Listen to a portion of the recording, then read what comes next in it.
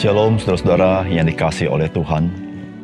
Sebagaimana kita perlu merawat, memelihara kondisi kesehatan jasmani kita, maka kita juga harus merawat dan memelihara kesehatan daripada rohani kita.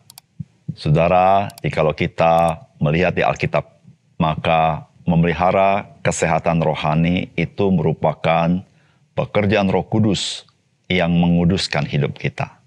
Disitulah saudara mengapa kita harus senantiasa hidup dipimpin dan dipenuhi oleh Roh Kudus. Salam jumpa dalam program Tuhan adalah Gembalaku. Alkitab menasihatkan kita agar kita menjaga hati kita dengan penuh kewaspadaan. Mengapa? Karena dari situlah terpancar kehidupan. Itu terdapat dalam Amsal pasal yang keempat ayat 23. Pertanyaannya bagi kita, apakah mudah menjaga hati kita? Saudara, tentu jawabannya tidak mudah, bukan? Saudara, kita bisa tidak sadar ketika hati kita mulai serong dan tidak lagi dengan segenap hati kita mengasihi Tuhan. Karena kita mulai mengasihi hal-hal yang lain yang berakibat menjauhkan kita dari Tuhan. Saudara, betapa penting nasihat firman Tuhan untuk kita merenungkan firman Tuhan siang dan malam. Mengapa? Karena Tuhanlah, Dialah yang mampu memelihara hati kita tetap dekat dengan Dia. Saudara, mari kita membaca 1 Samuel pasal yang ke-7. Lalu orang-orang Kiryat Yearim datang. Mereka mengangkut tabut Tuhan itu dan membawanya ke dalam rumah Abinadab yang di atas bukit. Dan Eleazar anaknya mereka kuduskan untuk menjaga tabut Tuhan itu. Sejak saat tabut itu tinggal di Kiryat Yearim, berlalulah waktu yang cukup lama, yakni 20 tahun, dan seluruh kaum Israel mengeluh kepada Tuhan. Lalu berkatalah Samuel kepada seluruh kaum Israel demikian, jika kamu berbalik kepada Tuhan dengan segenap hati, maka jauhkanlah para allah asing dan para Ashtoret dari tengah-tengahmu, dan tujukan hatimu kepada Tuhan. Dan beribadahlah hanya kepadanya, maka ia akan melepaskan kamu dari tangan orang Filistin.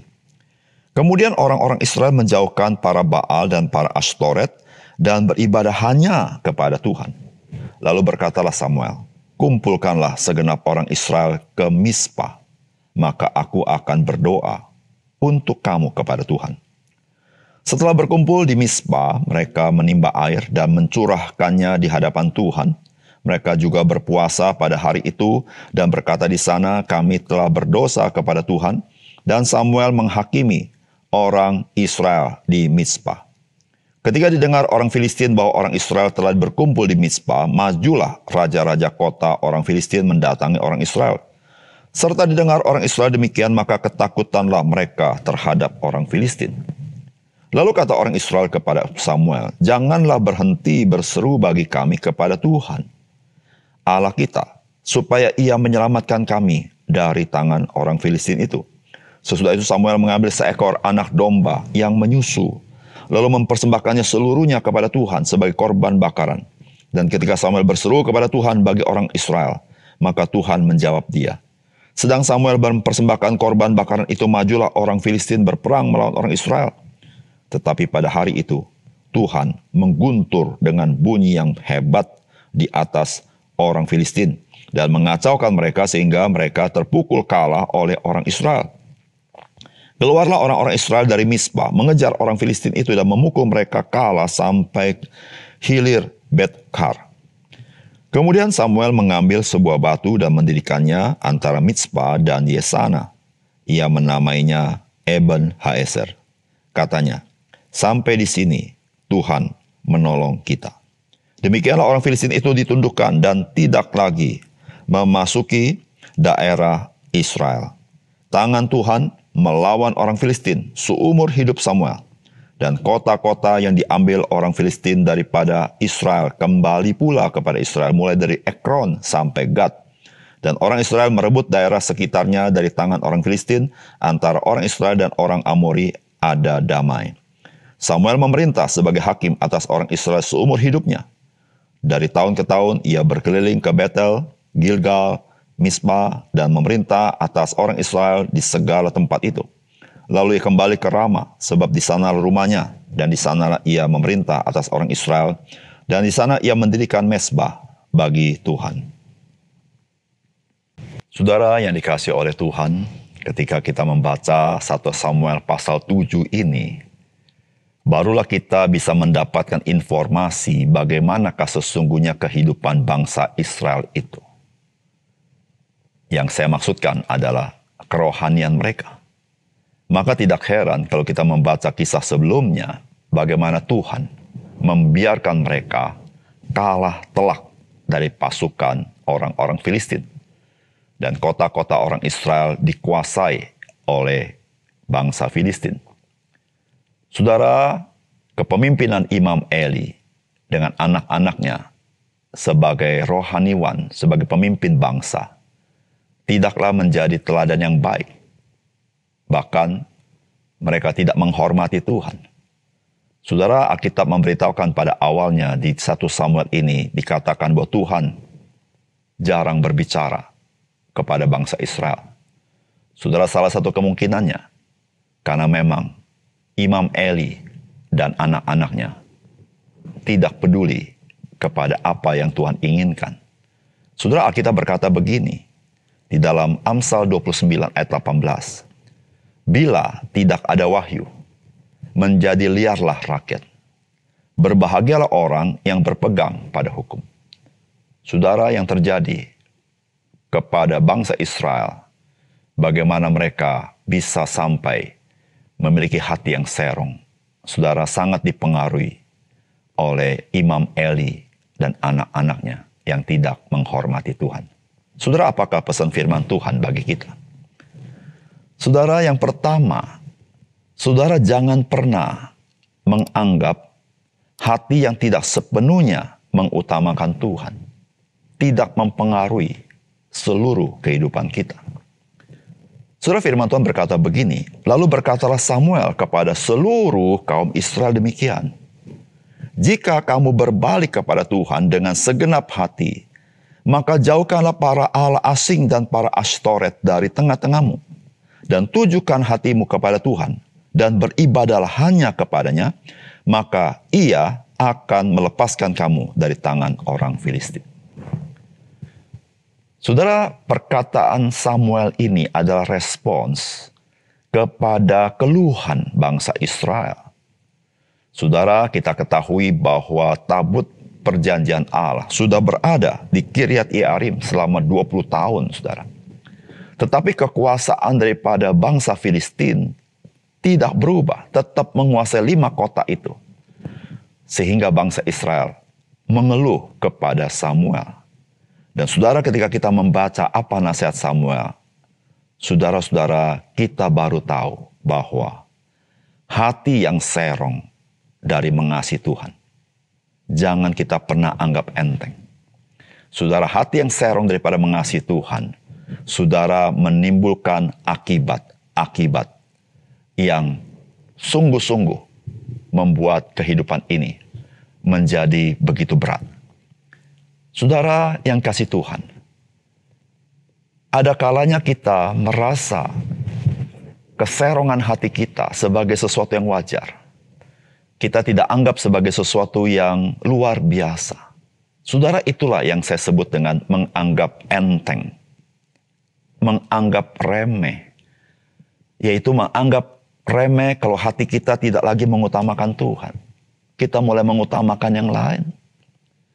Saudara, kita pikir ketika kita bergeser dari mengutamakan Tuhan kepada mengutamakan yang lain, atau dengan bahasa lain kita mendua hati. Saudara, bangsa Israel, mereka menyembah Tuhan, tapi mereka juga menyembah Ashtoret. Saudara, ini saya katakan, mereka tidak mengasihi Tuhan dengan segenap hati.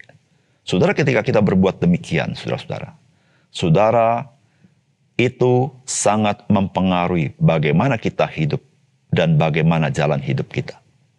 Saudara, tidak heran bangsa Israel yang mendua hati. Mereka tidak mengalami penyertaan Tuhan, tidak mengalami kuasa Tuhan. Sehingga mereka tidak punya kekuatan untuk mengatasi orang-orang Filistin.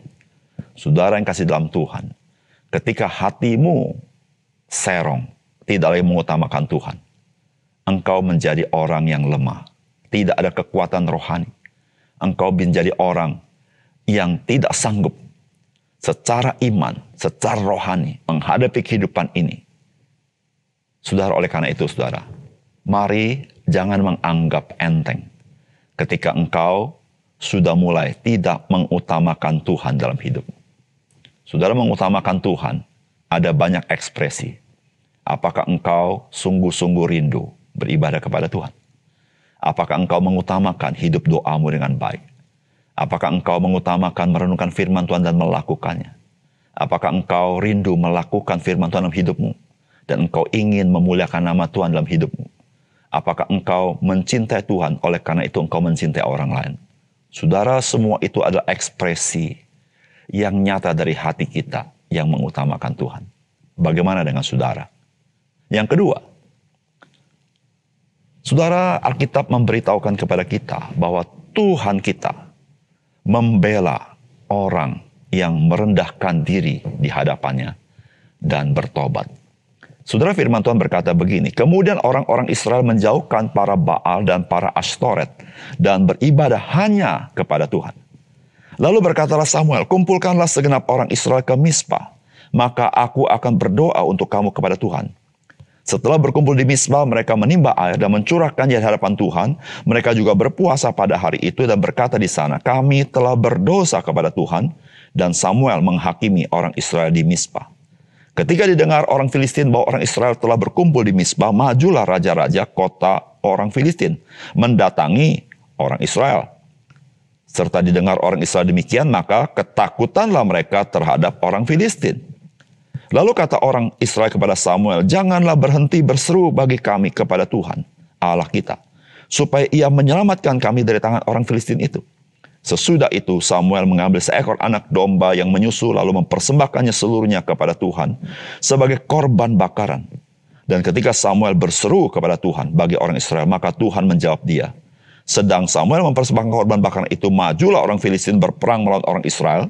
Tetapi pada hari itu, Tuhan mengguntur dengan bunyi yang hebat ke atas orang Filistin dan mengacaukan mereka sehingga mereka terpukul kalah oleh orang Israel.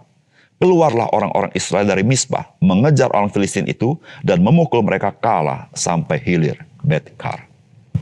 Saudara yang dikasihi oleh Tuhan, kekalahan orang Israel terhadap bangsa Filistin dalam kisah sebelumnya merupakan hal yang baik bagi mereka.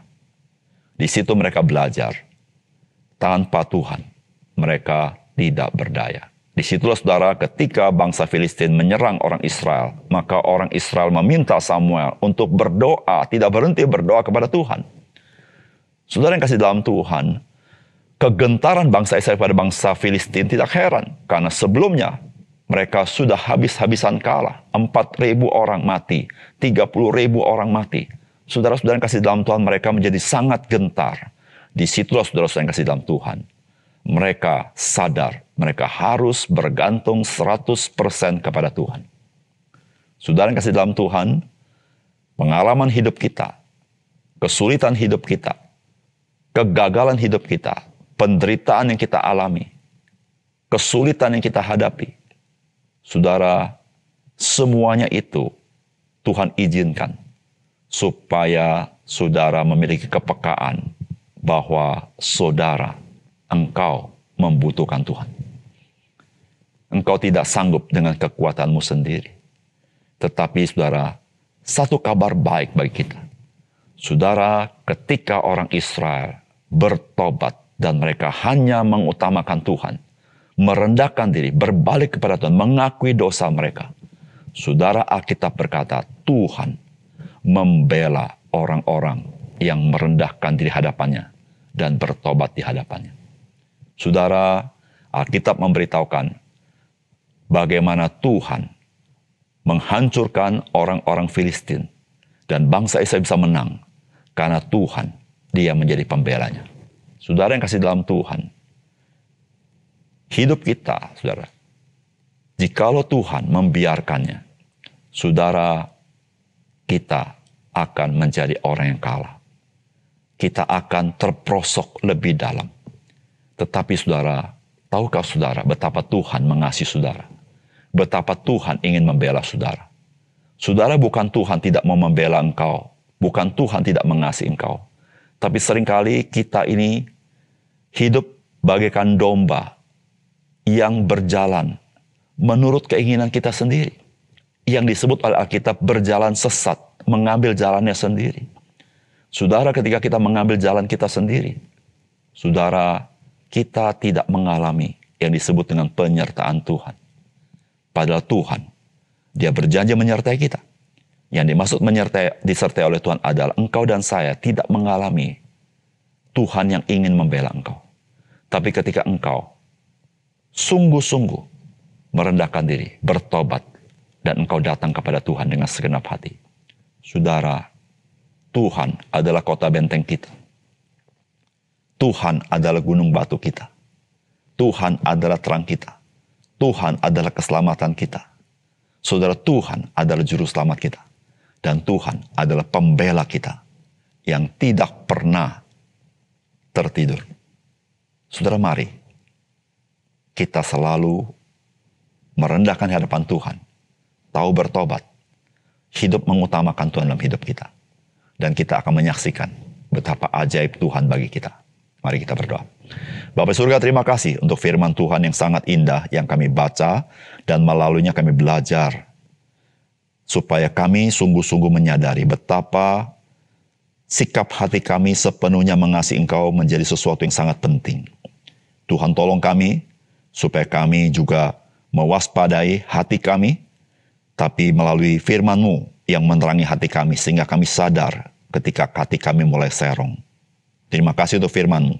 Dalam nama Tuhan Yesus kami berdoa. Amin.